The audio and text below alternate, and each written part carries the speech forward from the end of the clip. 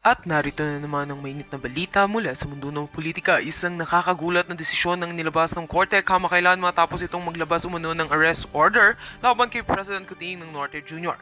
Ayon sa ilang ulat, ng utos ay kaugnay ng mga kinakaharap na kaso ng Pangulo na sinasabing patong-patong na umano. Bagamat wala pang opisyal na pahayag mula sa Malacanang, kumakalat na online ang mga dokumentong nagsasabing may kinakaharap pa na mga seryosong akusasyon si President Kuting. Ilan sa mga ito ay may kaugnayan umano sa katawalian, paglabag sa karapatang pantao at iba pang mga issue na bumabalot sa kanyang administrasyon. Sa ngayon, tikong pa rin ang bibig ng mga opisyal ng gobyerno ukol sa naturang arrest order.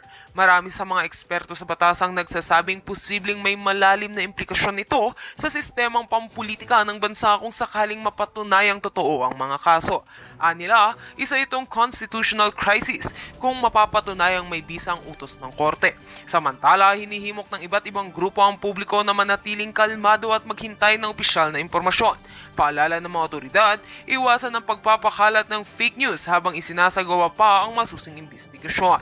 At yan nga ang mga balita ang ating pagkakatutukan, at kung bago ka pa lamang sa aking channel ay huwag kakalimutang mag-like, share and subscribe para updated ka sa aming mga bagong balita dito sa Tatak Pinas.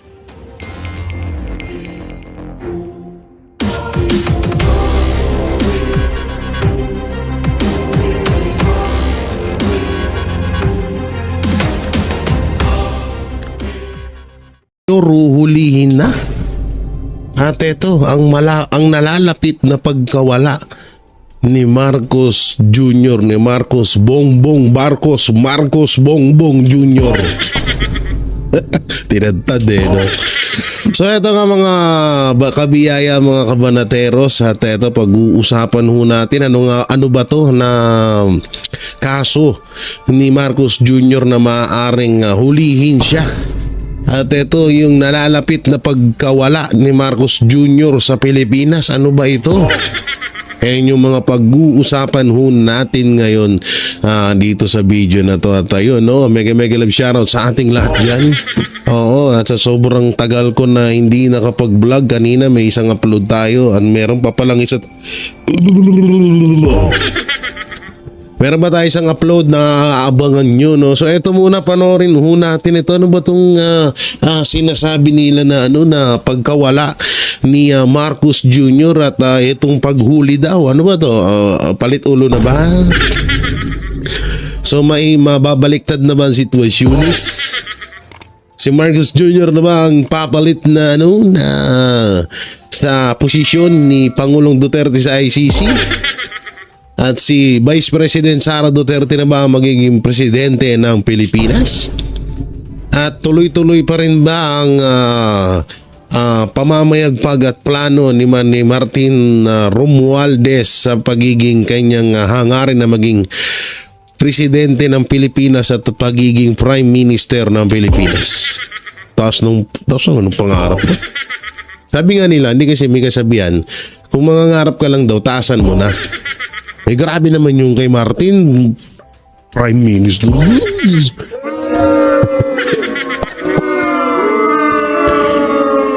Si Pangulong Duterte nga na napakaganda ang ginawa dito sa Pilipinas, di niya naisip na maging Prime Minister siya ng bansang ito. Tapos ikaw, grabe naman, nandun na tayo sa point na hindi mataas mangarap. Pero yung sa'yo, over naman na eh. Abot na hanggang universe. Minsan bawas-bawasan mo yan So eto nga eto si Vice President Sara Duterte ay may may mga buwelta mapatungkol, may mga isiniwalat mapatungkol kay Martin Romualdez na yun po yung una nating bibigyan ng reaction video. At eto yan ang ganda ni Vice President Sara Duterte, sana all. Kaya galit na galit si Elise. Nasasapawan mo daw siya sa kanyang kagandahan. Nasasapawan daw sa kanyang kagandahan at inaagaw parang naakit si Marcos Jr. Ikaw naman kasi, Madam Lisa, dami-dami mong pera, transfer ng ulo. Hindi, di ba? Meron ngayon kumakalat sa social media na pwede nang i-transfer yung ulo sa ibang katawan.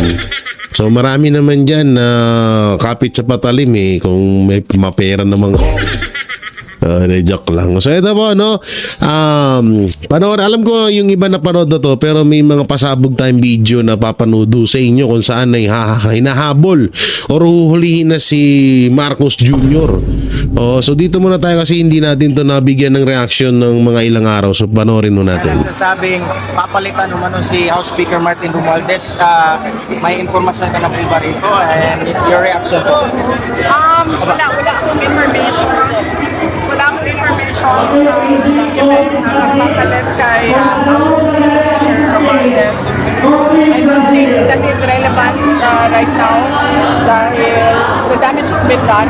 Laki na ng pagkakamali at fraction na ginawa nila sa budget natin. So palitan pa natin si House Speaker Romualdez. Hindi na natin Wala na rin? yung pera na wala dahil sa Brian, last question. maybe may clarification Iingay. dahil sa mga mas na ng NBID. May schedule na, ma'am. Schedule na preliminary. May 9 and 16. Dadalo ka ba? Yes, nagkausap na kami ng aking abogado with regard to sa counter affidavit. Natapos na lang namin. At mag-appear ako dahil kailangan ko mag-vote. Bibi! In order na yun. Sa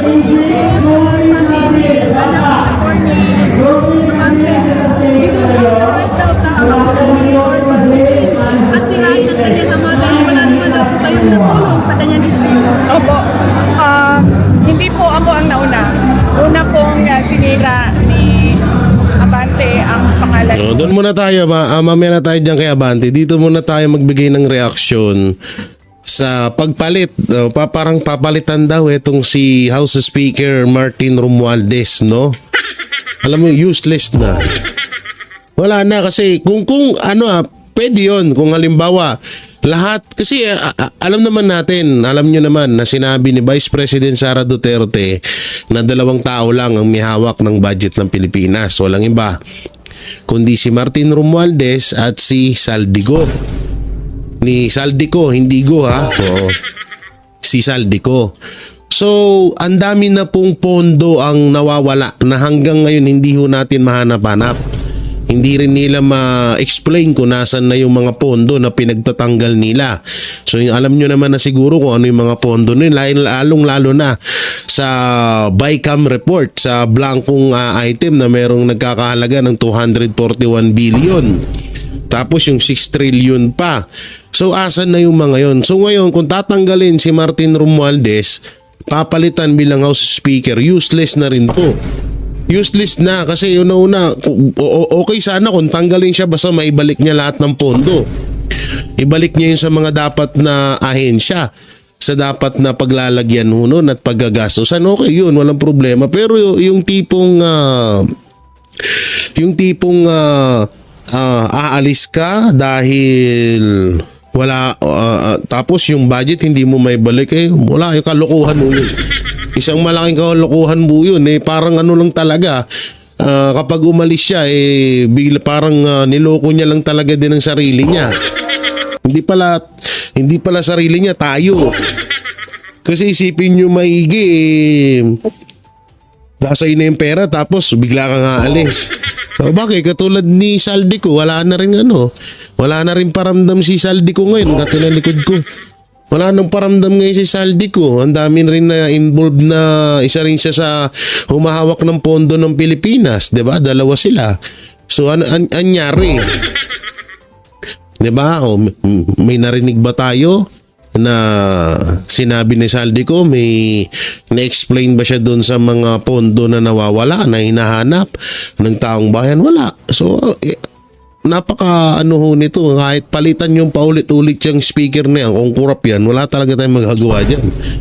Ganun at ganun ang mangyayari. So dito naman tayo kay Benny Abante, panoorin natin. At sirain ang kanyang ama dahil wala naman ako kayong natulong sa kanyang distrito. Opo. Hindi po ako ang nauna. Una pong sinira ni Abante ang pangalan ko ng walang rason. At baka nakakalimutan nila, isa sa mga extension offices ng Office of the Vice President ay nasa syudad ng Maynila. Nandoon sa isang barangay hall nila. Ang kinikater nun ay ang buong syudad ng Maynila. Extension office yun ng PAD namin o Public Assistance Desk namin sa Office of the Vice President. Last Nasa question. syudad ng Maynila na tinanggalan nila ng budget. Last question, Fred. So yun no, yung about dun kay Abante, ito hirap dito sa mga hype na to. Ano yan? Kayo lang ang pwedeng manita, kayo lang ang pwedeng bumanat, tas pag kayo binanatan, iyak kayo.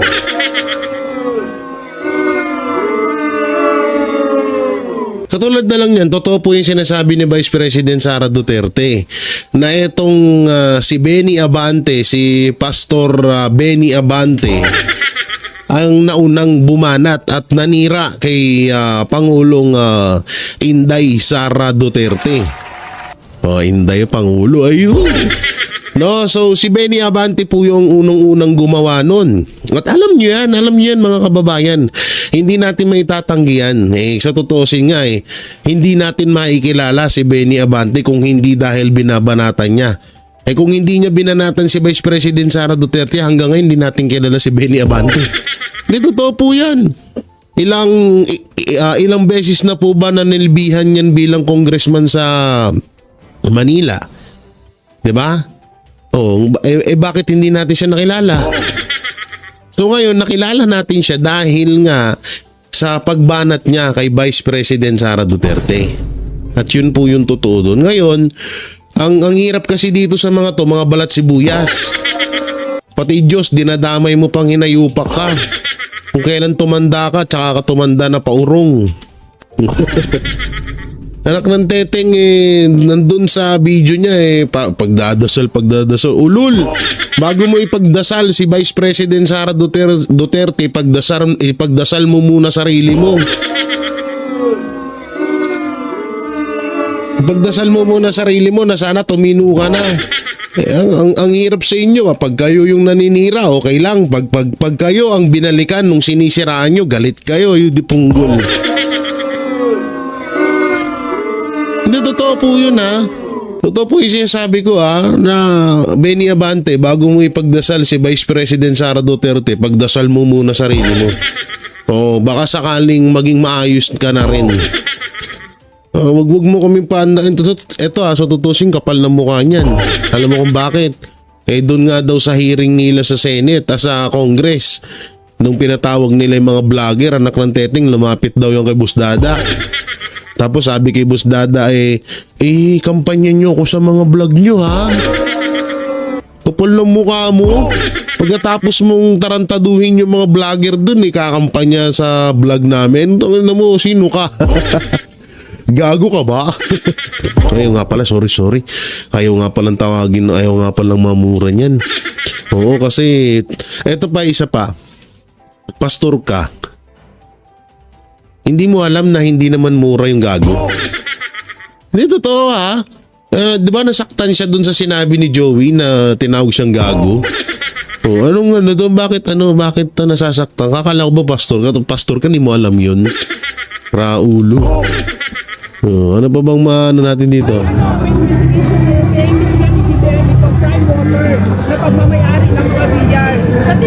Ayoko nang pag-usapan yan sa mga bilyar, no. At ayun nga, bumanat din po yung anak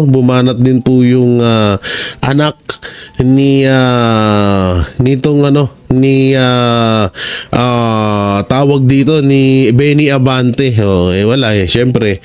Alam nyo yung sa anak ni Benny Abante, syempre alam nyo kahit balibalik ta rin natin mundo, magulang niya pa rin yun. Natural na kampihan niya yun.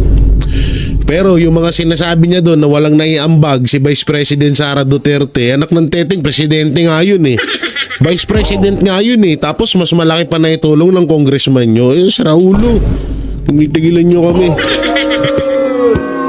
Dapat pinagsabihan nyo muna yung tatay nyo na, tay, bago, kung masasaktan po kayo sa mga sinabi ni Vice President Sara Duterte, mas maganda siguro na na inisip nyo muna yung mga dapat nyo sabihin sa kanya. Kayo naman kasi nauna.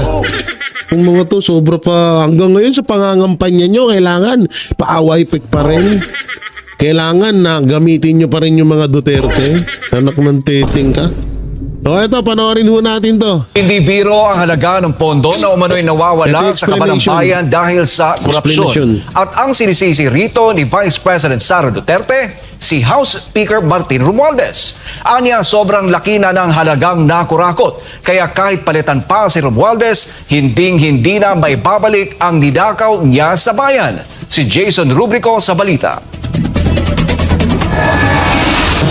Sunod-sunod ang maanghang na pahayag ni Vice President Sara Duterte mula sa isyu ng korupsyon na kinasasangkutan umano ni House Speaker Martin Romualdez, patutsada ng anak ni Representative Benny Abante hanggang sa investigasyon ng kasalukuyang administrasyon laban sa kanyang mga kaalyado.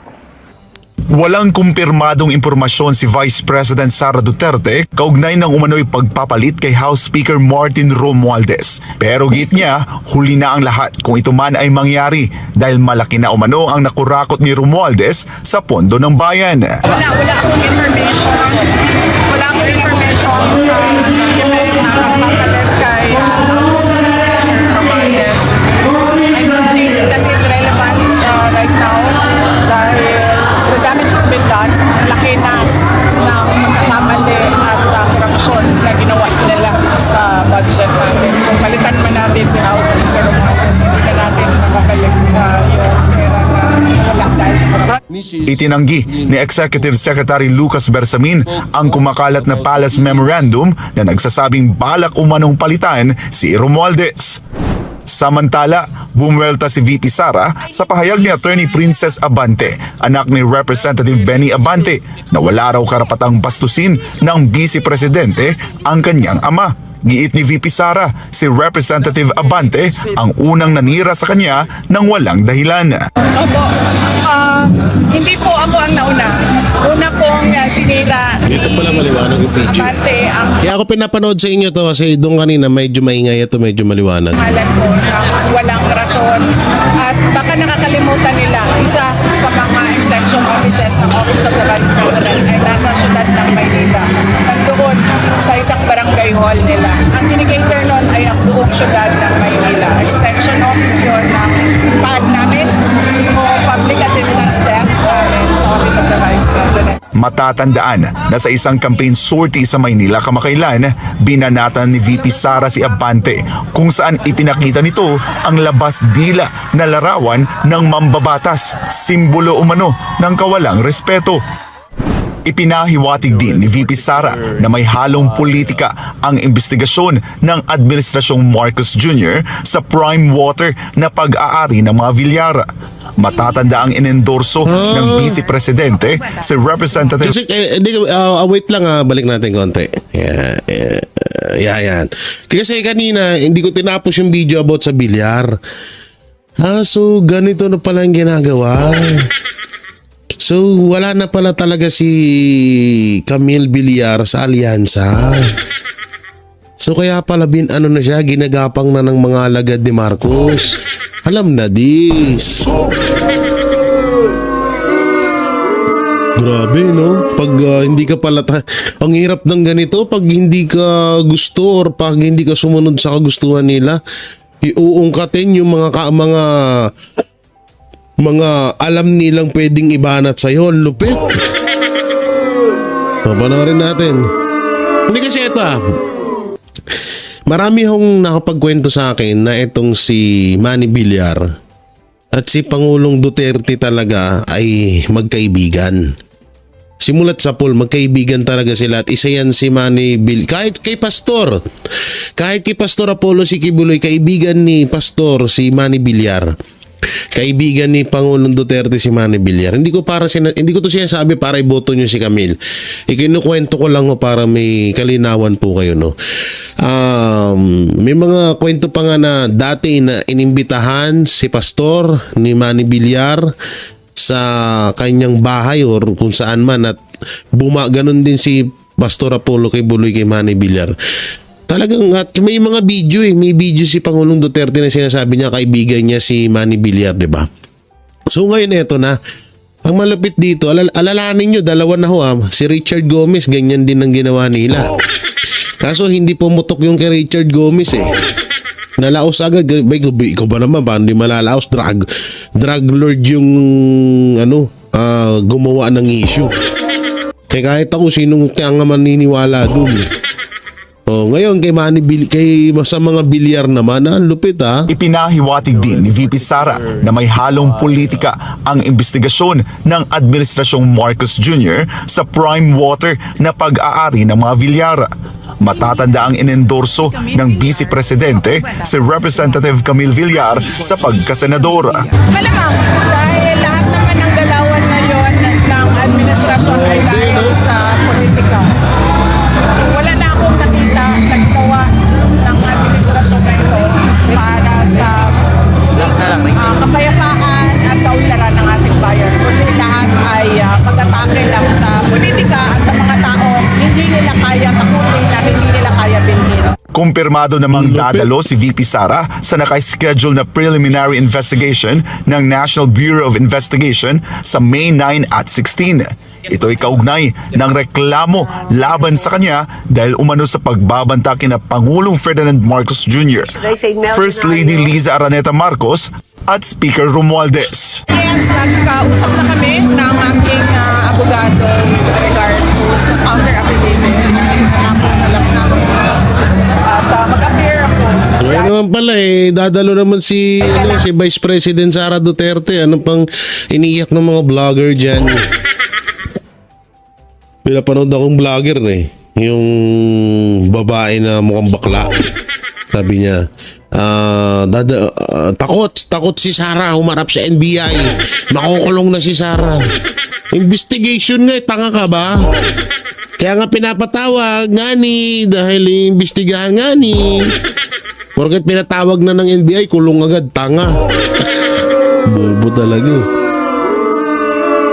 eto, panoorin natin to. Asan yan? Ito ba yan? Ayan, eto. Panoorin natin ang nalalapit na impeachment kay Marcos Jr. Hindi pa yan yun. Hindi pa lang yan. Ito pa. Isang batikang legal expert ang nagsabing malinaw at mabigat ang mga naging paglabag ng Marcos Jr. administration. Sapat para magsilbing batayan ng impeachment laban sa Pangulo. Sir Virgil Parba sa balita. Habang patuloy na binabaliwala ng Marcos Jr. administration ang mga alegasyon sa iligal na pag-aresto kay dating Pangulong Rodrigo Duterte, nagiging mas malinaw na ang mga hakbang ng administrasyon ay naglalatag ng matibay na batayan para sa isang impeachment laban kay Marcos Jr.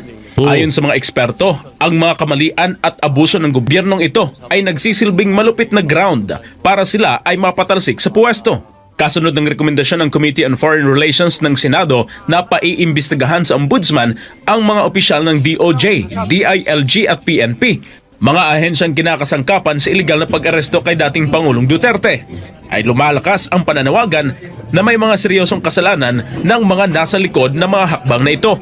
Pero ayon kay Attorney James Reserva, hindi magiging madali ang proseso ng impeachment dahil numbers game ang labanan sa politika. Anya, kailangang dumaan ang impeachment sa House of Representatives kung saan kinakailangan ang 1/3 ng boto, katumbas ng 103 hanggang 106 na kongresista. Sa Senado naman, kailangan makuha ang 1/3 ng boto o 8 senador upang magsimula ang impeachment proceedings. Sabi ni Reserva, maaaring magpatalsik ang mga mambabatas ng kahit sinong opisyal sa gobyerno kapag ginusto nila, lalo't kung sapat ang bilang ng mga papabor dito.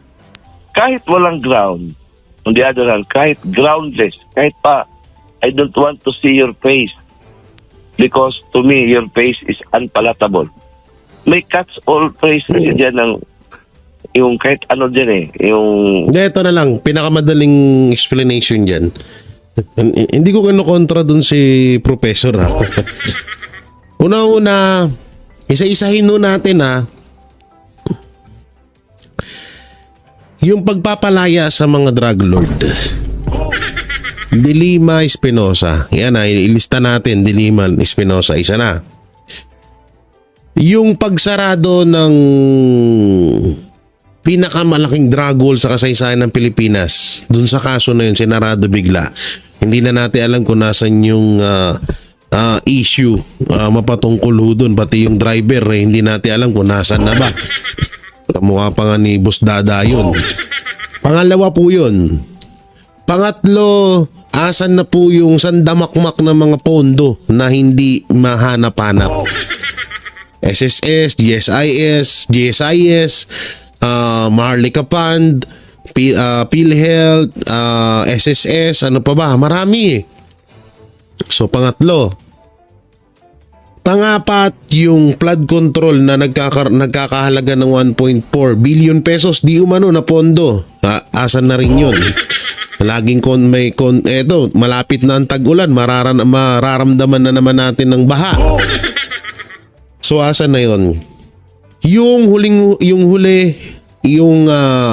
hindi pa to huli pala. Panglima, yung BICAM report na merong 541 billion. 241 billion at mayroon pang 6 trillion trillion at billion ang pinag-uusapan dito. Asan na din yun? Hindi nila ma-explain yun. Alam naman na natin kung ano yung pinangtabo nila. At ang pinakahuli, yung pagsuko mo sa kapwa mo Pilipino sa ICC. Isa na pong talagang masasabi mo na nakarapat dapat na ho talagang ma-impeach si Marcos Jr. Yang 5 na yan, sa totoo lang ang dami yan. 5 pa lang yung nasasabi ko. Kaya nga kung pagbabasihan nyo, sino ba ang karapat dapat na ma-impeach? Si Sara Duterte ba? O si Marcos Jr.? Kasi isipin nyo maigi, ano ba ang pinag-uusapan kay Vice President Sara Duterte para i-impeach siya? Yung 125 million lamang na confidential fund. Ayun lang. Kung iisipin mo na yung kaso or yung maaaring kaso, maaaring ipataw kay Marcos Jr. para ma-impeach siya, sobrang dami. Diba? Kaya doon pa lang talagang yung impeachment kay Vice President Sara Duterte, ginamit nga lang nila yung threat na yan eh. Sa totoosin nga lang hindi nga yan na kasali dapat sa usapang impeachment. Kasi wala naman threat na sinabi doon si Vice President Sara Duterte. Kaya nga kung hilera yung kasalanan ni Marcos Jr. para ma-impeach siya, kasalanan ni Vice President Sara Duterte para ma-impeach siya, di hamak na mas panalo na si Marcos Jr. Panalo na siya para ma-impeach. Diba? Kaya nga talagang etong taong pero una-una wala namang hinangad ang mga Duterte na matanggal sa pwesto etong si Marcos Jr. Sa halip nga, ang payo ni Pangulong Duterte kay Marcos Jr. ay pagbutihin yung trabaho niya. Mag-focus siya at tapusin niya ang tawag dito ang kanyang termino. Pero wag niyang pakialaman ang konstitusyon. Diba? Wag niyang pakialaman yung konstitusyon dahil hindi niya na dapat pakialaman yun. Yun eh. Yun yung isa sa mga tinatawag ko na karapat dapat talaga. Mas karapat dapat ma-impeach si Marcos Jr. kaysa kay Vice President Sara Duterte. So tuloy pa natin. Mamaya may papanoorin ho tayong video. Nagsalita na ho si Marcos Jr. batungkol dito si impeachment niya. Betrayal of public trust. Kahit ano dyan, ipasok nila. Provided it is supported by at least 1/3. So maging articles of impeachment na yan.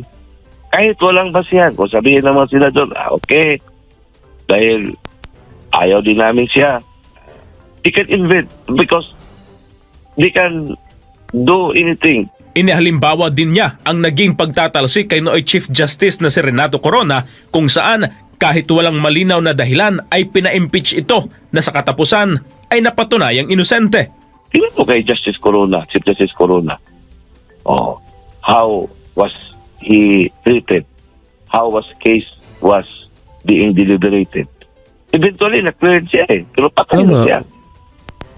Yan ang problema ng impeachment natin. Pero hindi mo yan problema, Admar, kasi yan talaga ang design ng ating konstitusyon. Sabi ni Reserva, bagamat alam ng lahat na pinsan ni Marcos Jr. ang kasalukuyang lider ng Kamara at marami din siyang kaalyado roon, dapat ding ikonsidera na walang permanente pagdating sa politika. Ibig sabihin, pwedeng mangyari ang anumang hindi inaasahan. Now, sino na bang congressman dyan na magpirma ng impeachment? But hindi natin alam. Kasi ang politika ay fluid eh. We cannot predict what is going to happen in the next year. Yung mga unthinkable na mga pangyayari ngayon ay